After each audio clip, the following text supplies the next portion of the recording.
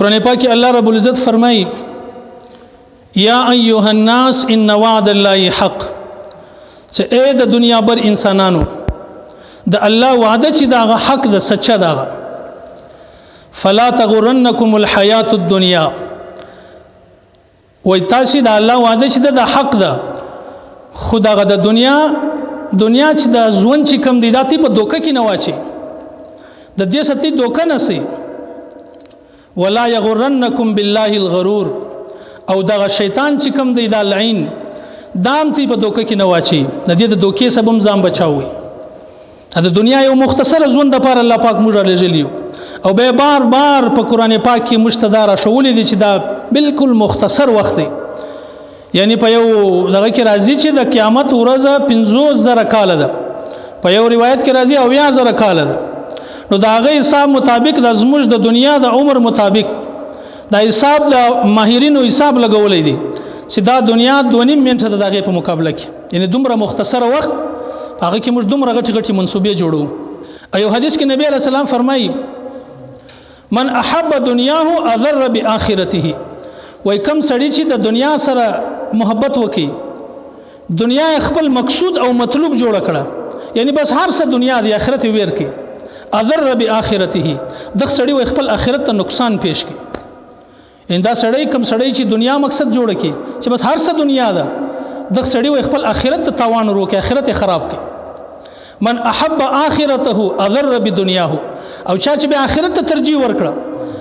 آخرت خپل مقصد او مطلوب جوړ کی، دا سړی به خپل دنیا ته نقصان ورکي. فآثروا ما يبقى على ما يفنى، وای تاسو ترجیح ورکي هغه شی ته ترجیح ورکي چې هغه باقی وي، او هغه شی پرې دي چې هغه فنا کېدو والا دی، لکه دنیا چې ده. نو باقی والا چې دی هغه آخرت دی چې هغه د بقا لري، دا هغه ژوند ختمېدا نه لري، دا دنیا چې د فنا ده، وای تاسو ترجیح ورکي هغه شی ته چې هغه بقا لري فنا نه لري. نو دنیا چې د فانی د ختمي د ترجمه ورکوي، آخرت چې دی هغه باقی دی هغه د ترجیح ورکي. بل حدیث کې نبی علیہ السلام فرمایي اذا احب الله عبدا حماه الدنيا، وای کوم ټیم چې الله رب العزت د چا سره د محبت اراده وکي، محبت سره شروع کی، د کم انسان سره الله محبت شروع کی، یعنی خپل محبوب جوړ کی، حماه الدنيا الله رب العزت دا سړی د دنیا څخه بچاوي. کما یذل احدکم یحمی سقیمه الماء، لکه څنګه چې تی یو خپل مریض چې دی هغه د اوبو څخه بچاوي، یعنی هغه مریض چې هغه ته اوبه نقصان کوي. اوس تی بلا وایس چې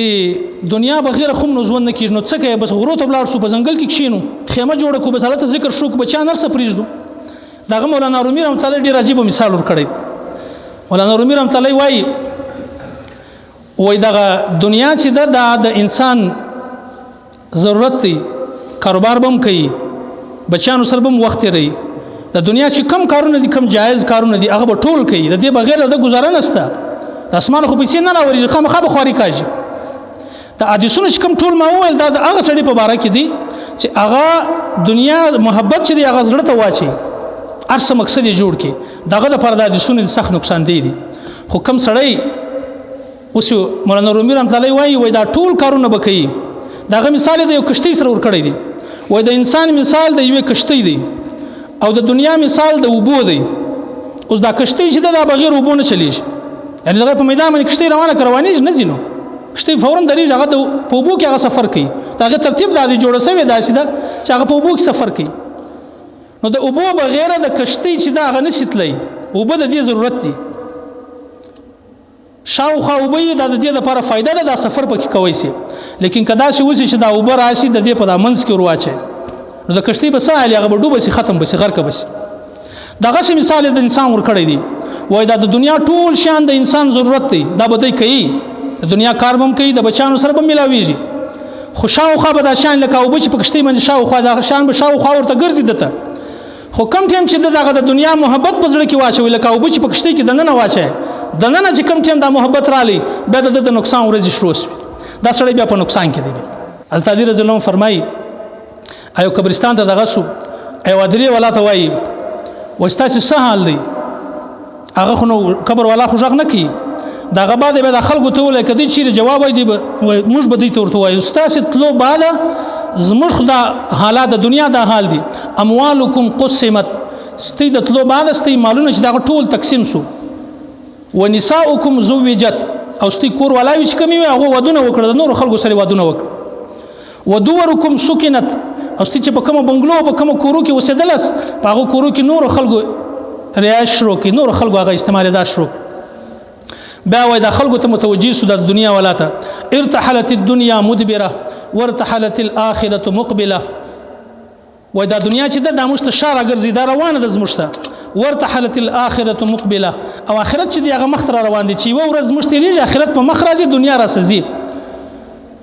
ولکل واحده منهما بنون دغه دواړو بچیان دي د دنیا هم بچیان سته د اخرت هم بچیان سته فكونوا من ابناء الاخره ولا تكونوا من ابناء الدنيا و تاسو د اخرت بچیان جوړ سي تاسو د دنیا بچیان ما جوړیږي فإن اليوم عمل ولا حساب وغدا حساب ولا عمل نن د عمل روز د حساب نشته او بیا د قیامت ورځ دی بیا حساب دی بیا د عمل موقع نشته نو الله یو وخت را کړی دی او قیمتي وخت را کړی نو موږ دغه دنیا سره خپل ژوند لږ مختصر کو نو ما درته ویل نبی علیہ السلام فرمایي وای دغه زړه چې دی دا د یو چا محبت صرف یو د یو سړي محبت پکې راتلی شي د یو چا دی وای لو كنت اتخذت خليلا لاتخذت ابا بکر خلیلا کچېری دا چې و چې ما محبت د چا سره کوي نو ما به د ابوبکر رضی الله عنه سره محبت کړی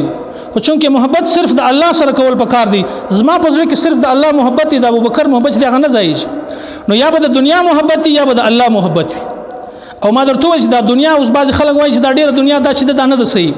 دا په هغه ټیم کې نه ده صحیح چې د دې محبت د زړه ته کښته کوي کچېرې د دنیا ته د دین لپاره استعمالوي دنیا په جایز شیانو باندې استعمالوي او تاسو سره بېخي ډېر صحابه داسې تېر شوي چې د هغو ته الله ډېره دنیا ورکړې عثمان غني رضی الله عنه عبدالرحمن بن عوف رضی الله عنه الله پاک ډېر مال ورکړی لیکن دا دی چې د هغه محبت چې دی هغه په زړه کې نه و چې زړه ته محبت راغلی کشتۍ ته چې اوبه ورلې بیا ستا د نقصان ورځې شروع شوې نو د دنیا به په زړه کې محبت نه راولو خپل ضرورت لپاره به دنیا استعمالو مقصد به اصل آخرت جوړو نو دنیا بده نه ده دنیا دی وي خو دنیا محبت چې دی هغه زړه ته مقصد کوي دنیا استعمالوي د خپل ضرورت لپاره به خود استعمالو خو د هغه نقصان هغه ټیم کې دی چې هغه زړه ته رااله چې زړه ته مقصد کړه فل توجه مې ورکړه بیا د نقصان ورځې شروع شوې الله دې د عمل کول توفیق را نصیب